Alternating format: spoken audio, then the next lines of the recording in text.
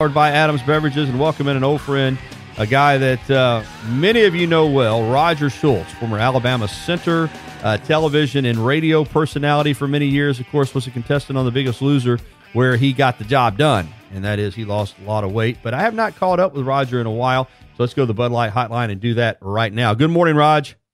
Hey, what's going on, Gary? Long time no hear from. It is, man. Glad to have you back on. Before we get started and I start asking you questions about football and all that kind of stuff, bring everybody up to speed on what you're doing these days. Well, I live in Mobile. I've got a 15-year-old son that's a freshman in high school that's about 6'4", 270. So prospect.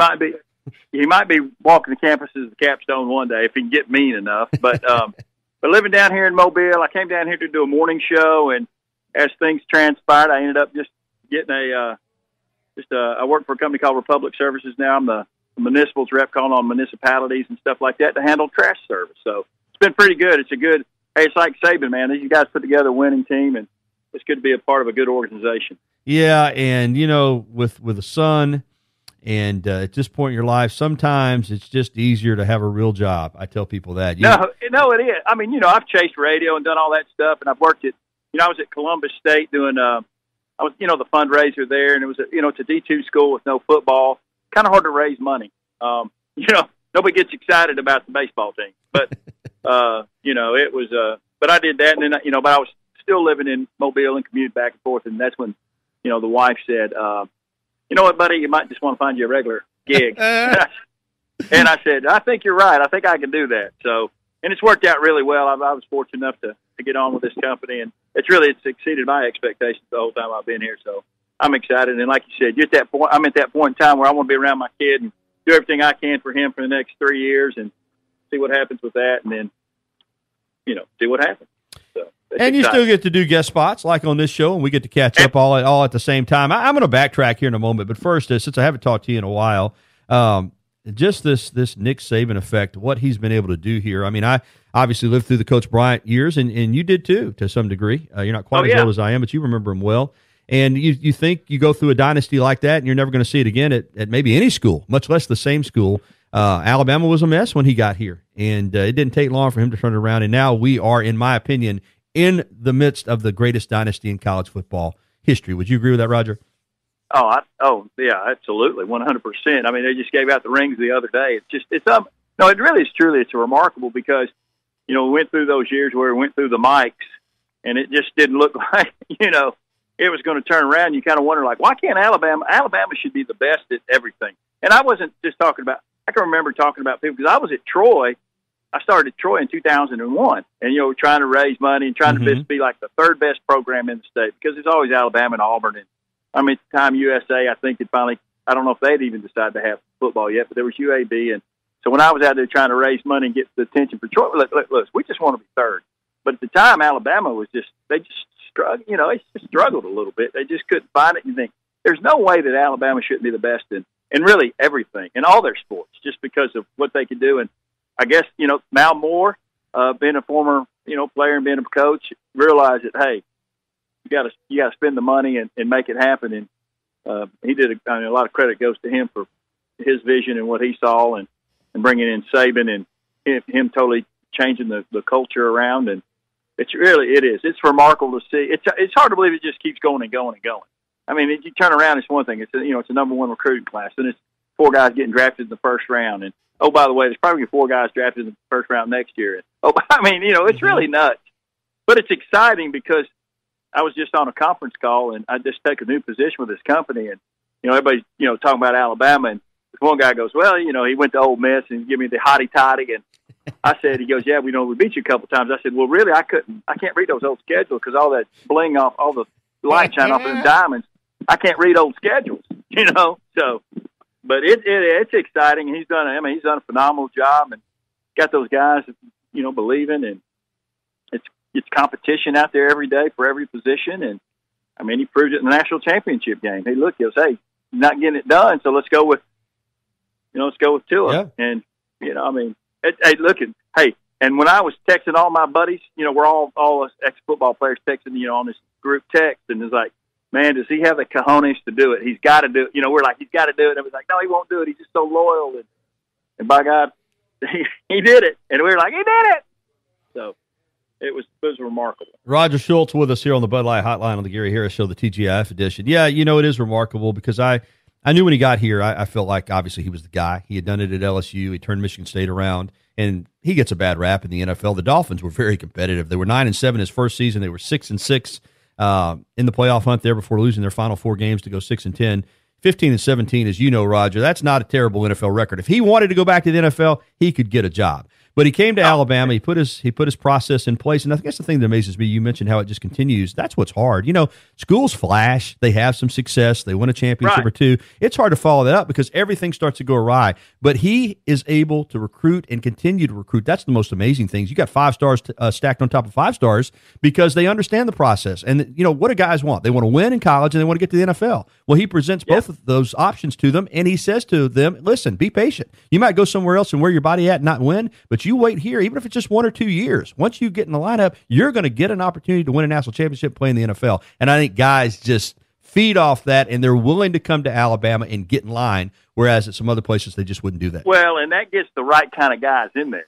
He gets the guys that want to compete. He doesn't get the Blake Barnetts that go, "Hey, just hand it to me," and goes a little sideways, "I'm going to leave," and and look at this Blake Barnett guy. I mean, and it's so funny because the how the media goes and everybody kind of freaks out. "Hey, we're losing this guy." It's like, y'all don't worry about it. I mean, Saban knows what he's doing.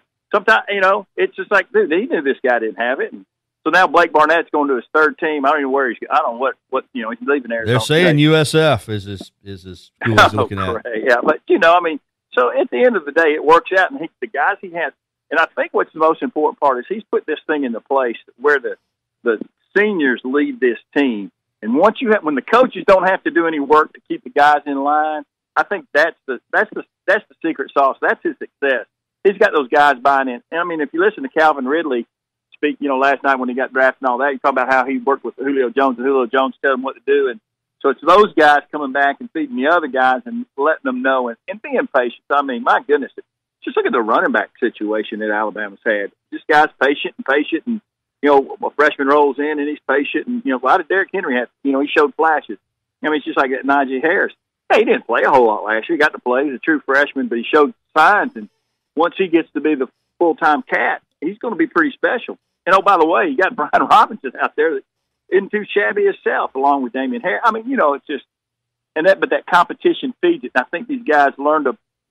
I guess they check their egos at the door. I mean, they all got egos. But absolutely.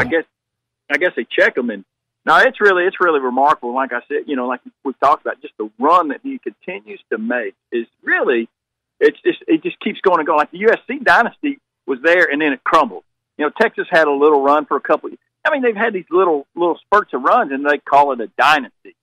Well, Saban's got it. I mean, shoot, he should have 3 national championships in a row. I mean, really think about it. I mean, you go against a once-in-a-generational player like Deshaun Watson, and he has to come down to the last play to make it. I mean, people just totally just forget about it. Alabama didn't win it. It's like, well, you know what? They're pretty close. I mean, they had a fighting chance. Well, the bottom line is when Alabama gets beat, it's major news because it doesn't happen much. The truth of the matter is, since his first season, 2007, when he went 7-6, 2008 on, they've been in the national championship hunt every year going into November. It's just one of the most remarkable things I've ever seen in my life. And Roger, to be honest with you, and people don't understand this, they think because you cover Alabama or you played at Alabama, you're going to pick Alabama. But I think this. We really do try to be objective. But when you look at the schedule in 2018, now you got to go out in the field and you got to do it. And there's things that could happen. We don't know what's going to happen with this quarterback situation, But when you look at the schedule, who's going to beat them? Now, I'm not saying they couldn't lose one. Ole Miss, as you said, beat them a couple years in a row, and certainly once you get into the SEC championship game or the playoffs. But during the regular season, I look at that schedule and I say, who is going to beat Alabama this year? Yeah, I don't see it. And I think, it's going to be interesting too once Pruitt gets Tennessee trying to think a little bit better. They'll be competitive. But Auburn obviously is going to be a competitive team. But I know Saban hates losing to Malzahn because I think you probably just thinks of him as just really still a high school coach and stuff like that. So it probably grades on him. But they'll be competitive towards the end of the season. Sure. But it's here this year. Yeah, that's a big difference. And so it's going to be. Like you said, but I expect them to win the national championship every year. Hell, I expect them to win the national championship. Mike Dubose coached it. Mike Franchione coached it. Mike Shula coached it. Hell, I expect them to win it all the time. So oh, boy. Usually about midway through September, my dreams were shattered. Well, but though, that's why they're where they're at now. You make a great point. There's people have asked me before, and I'm going to get into your playing career because you came along at a time where this transition. Alabama's going to go through tough times again when Nick Saban leaves. But you know what? There's too much passion. There's too much tradition. There's too many people that want to win. But Alabama is always going to come back around at some point. It's just too important to people. Right, and I think, they'll find the right guy. It may take a while before they find the right guy, but Saban was the right guy. He did his thing. He's not influenced by outside influences. Nobody. You don't know of any I'm sure he has relationships with big donors or something like that, but you sure don't. You don't ever hear about it. Whereas you heard about it before. Like maybe this guy had some influence, or the house was divided because there was this group that wanted some influence, or this group wanted. Hey, nobody influences Saban, and so it'll be interesting to see what happens once he leaves. Obviously, I think Jeremy Pruitt now is probably lining himself up. If he can have some success, turn Tennessee around, I think he'd be a natural. I know everybody thinks it's Dabo Swinney, but I think Dabo's he's kind of a legend, in Clemson. I don't think he would come back. He wouldn't follow Saban. Yeah, he might. Say he wouldn't come back after somebody else fell on their face and we need some help. But I think Jeremy Pruitt's probably going to set himself up for the guy that will come back. And that's just. But who knows when that'll be? Saban's 60. He'll be 67. Man, he's in talking about great shape. Oh, man. incredible. It's ridiculous. And he loves it. He loves it. He loves going out there. He loves it. He's at the draft. I don't know, man. He's got it going on. He's got it, and the guys buy in, and that's great. And I love it. He is phenomenal, and just like you said, getting out there coaching those cornerbacks, but he loves it. But he also, I think, throws those balls. He wants people to see that he can still sling it. I think a lot of that is for purposes of what we're talking about. He wants people to see that he can still get out there and he can do it. Wimp and Barry this morning, though, inside the locker room did talk about when Saban leaves and there'll be transition. When Coach Bryant left, Coach Perkins came in, and you have a unique perspective, man, because you were recruited and signed by Coach Perkins, who I thought did a nice job. You redshirted that year. Curry comes in. You play 3 years for him. You win an SEC championship in '89. He bolts for the Bluegrass. Gene Stallings comes in, kind of rights the ship in terms of how Alabama wants to play football, and that's getting physical. Always go back to the Iron Bowl in '90 after losing 4 straight to them in your redshirt senior year. A statement was made early in that game. We're not going to take it anymore. But it was a crazy time to be at Alabama and play for 3 different coaches. I don't know if everybody realizes that you did, even though you redshirted one of those years. What was that like? Always in transition, it seemed like. Well, you know what? Not only did I play for 3, head coaches, but I had 4 offensive coordinators and 5 offensive line coaches. So crazy.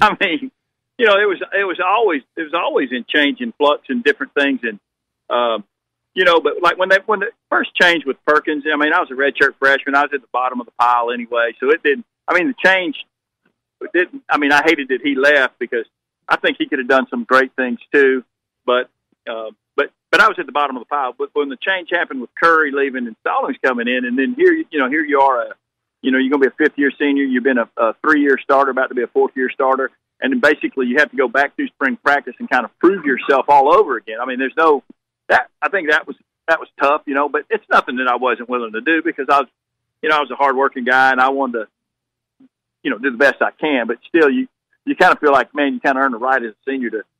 You don't want to take it easy, but, you get a couple breaks. Maybe you don't have to do all the damn reps in practice. But, with Stallings coming in, you had to prove yourself. And, of course, the uncertainty because, this is one of Bear's guys. And, I can just remember in the offseason, we thought, man, he's going to kill us. We're all going to die. We're going to be in the ranch. And, we're going to be sucking sweat out of our socks.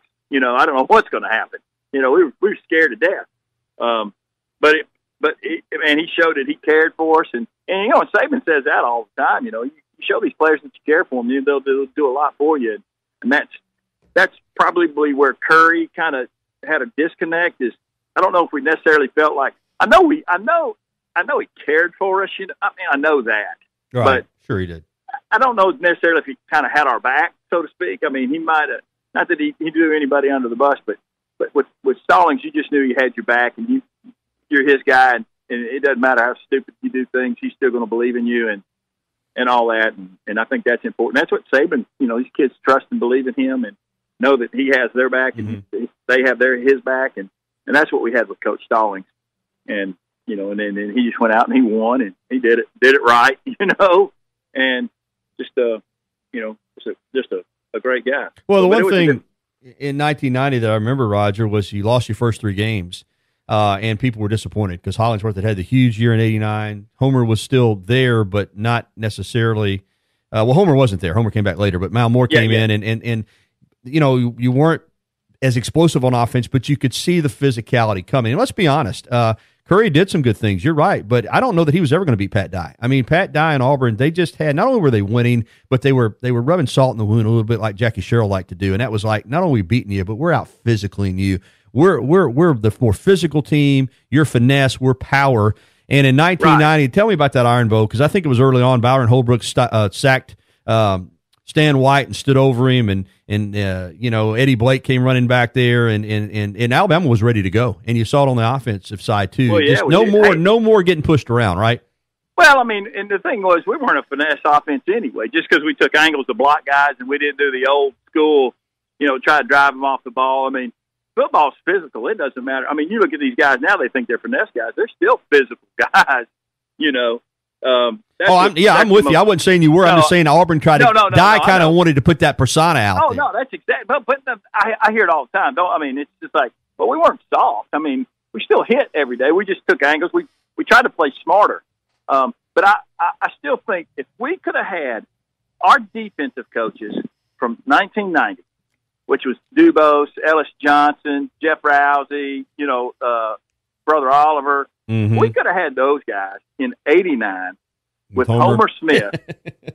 No, I'm serious. We'd have won back-to-back national championships. I agree with you. Because we had talent on defense. A lot of those guys got drafted, but Don Lindsay, those guys were all over the damn. Keith McCants didn't have any responsibility. Oh, just he was about making a star, but he wasn't about being sound. I'm with you. I mean, Keith McCants. No, he was all over it, man. He was a wild card. You didn't know, and poor John Mangum took the brunt of it because he had to make up for him in the back end.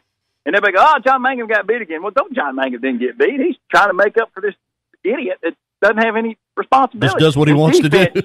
Defense, you got to be gap sound. You can't just have another guy come running right behind you. There's a gap open, So I think if we could have had that, man, I think we'd have won back. We'd have definitely contended for the national championship both those years. And even still, in '89, if we beat Miami in the Sugar Bowl, there's an argument that we still could have been national champs. Absolutely. And the thing that drives me crazy is that '89 game or the '90 Sugar Bowl is Miami's defense was number 1 in the country, averaged giving up 8 points a game.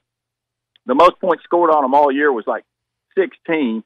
We scored 20. Well, I don't know how many. We scored a lot of points. We just couldn't stop. I mean, and it wasn't like they were that special on offense. We just couldn't.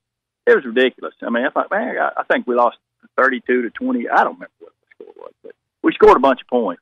And on a team that gave up 8 points, and I played against 2 number one draft picks, number one draft picks, Cortez Kennedy and Russell Maryland. So that wasn't easy. No, well, I would say that's a double dose right there. That's not fair. That's cheating. Yeah, getting up against the clock, but a couple more stories I want you to touch on. First, the story of '86 when you got here, you and Mike Zuga, the Volkswagen. I've forgotten, but I know you guys garnered a lot of attention for that. Hey, man, it was a '74 Maverick. Maverick, that's what it was. Okay. Yeah, that thing took more oil and starter fluid than it did gas. So that thing was but that was funny, man. And, painting that car up. It was so funny because we had these couple of these girls in our classes that they would take it out on Friday night. They called it the spirit car. So they want to take it out on Friday nights, and I'll never forget, so somebody sees it at Harry's, Friday night at 2:30. Well, literally, the coach would come knock on, and me and Zuga room together, knock on our door at 2:30 before game just to see if we were in the room. I go, Coach, will you please quit knocking? We're not out drinking, I promise. So, but it was fun, man. It was a fun experience. You always had fun. That's for sure. Then in your post-playing days, like a lot of players that played on the offensive defensive line, you're not working out anymore. You're eating all you want when you're playing because you got to, especially you never were the biggest center. So, but a few years later, you put the weight on and you hooked up with your old teammate Trent Patterson. You guys got on Biggest Loser and made a nice run at it. What was that experience like? Well, it was a great experience. I knew I could make it through just because of the stuff I'd been through at Alabama, and I was mentally strong. And that was, that's the biggest thing when you're initially there, man. You mentally got to get through it, and then you're away from your family. So the mental part of it, what I think the most important part. But I knew once I got to working every day and working out that I would have success. And man, I love the experience. A lot of people have different experiences. You talk to some of the contestants, and they just had a bad experience. And I had a great experience with it. I thought it was great, and I got out of it what I expected. I think a lot of people think they get on the show and then they're going to be some kind of super fitness guru or something, but they expect more than what's expected. Right. You're going to go back to your regular life. You might, if you do really well, you'll get a few opportunities to do some speaking around, and all that stuff. And I still get occasions where I get opportunities to go and speak and all that, but, I'm not 195 pounds anymore. Well, like either. You said, so. that's like the Insanity and the P90X. They absolutely work, but they're short term. They're you dangle a carrot in front of somebody. Hey, it's the hardest thing you've ever done, and it works. But to think you're going to work out like that, a normal person, 12 months out of the year, Roger, you just can't do it, man. Well, life gets in the way and all that, and there's a healthy balance. And I try to tell people that too. And one thing I always tell people is, I said, you don't know what healthy looks like. You could be walking right next to a person, they might be crazy as hell. You just don't know it by looking at them. And Trent Patterson was on the Trent Patterson. You know what I'm saying? You dated a couple of them girls. So, but Trent Patterson was on the show, and he was the heaviest contestant at the time. He was African American. He was up 40, so that has a tendency to lead to high blood pressure, right. Diabetes, and all that. He was the healthiest guy on the show. Had the lowest body fat percentage of everybody, but you wouldn't have known it. When we started the show, they go, "Oh, that poor guy." He had the lowest body fat percentage of all the contestants, and he was the heaviest contestant. That's amazing. Now, how crazy is that? You just never know. No, you don't. It's you can't put a template on someone. That's why I hate these height weight charts. You're well, that thing's the biggest. Yeah, 5'11", you're supposed to weigh 175. Well, not necessarily, idiots. People are built different. Hey, look, that was a big thing on the show was who was going to make it on the chart. Literally, so we had all these people lose all these hundreds and hundreds of pounds. Me, Allie, and Mark. Only 3 contestants out of that whole group of contestants that lost all that weight made it on that chart to healthy, and I made it by 1 pound. I mean, because like at 6'3", you're supposed to be like 198 or something, and I got to 197. So whatever. I mean, remarkable though. That is remarkable that you got down to 197 pounds. That is crazy. Yeah, I can't believe it, man. Yeah, that's not even healthy for you. I mean, I guess it's healthy in some ways, but you got to. I don't know. You got to weigh more than that. Yeah. I didn't look. I tell you what, I didn't look right. But no, you do. You start to. I had a similar thing happen to me about in 2004 when I was turning 40. I got strong. I was working out. I was eating healthy. I was, and I was weighing about 185 and was repping at 40 years old, 225, 12 reps, which I felt pretty good about. But I had never been a big runner. But Roger, I got into running and I got addicted to it.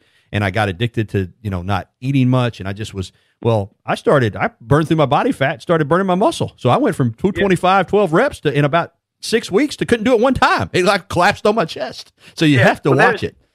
Well, that's funny you say that because when I was on The Biggest Loser, like I was stronger at the first part of the weights I could handle to the end, man. I couldn't hardly do we do dumbbell bench press or something like that. It's like, how the hell, man? I've lost all my strength, Yeah. But so you got to be careful with it. Yeah, it's all a balance. It's a balance. Well, we could do this all day. Unfortunately, as you know, in the radio business, there are things called segments, segment times, which I've gone completely over, commercials, all that. But let's do it again soon, man. I've enjoyed visiting with you. Absolutely, love to do. Hey, you got my number now, so don't be a stranger. Absolutely, and I'm gonna keep an eye on that son of yours too. Get him, like you said, get a little mean juice in him because love to see him get a chance. He's coming to camp, so he's coming to camp. Offensive lineman. Yep, he's offensive. Tackle, guard, center, what? Well, they want him to play center, but he's going to be a guard. He doesn't like snapping the ball. Too much pressure. Thanks, Roger. Good to catch up with you, man. See you.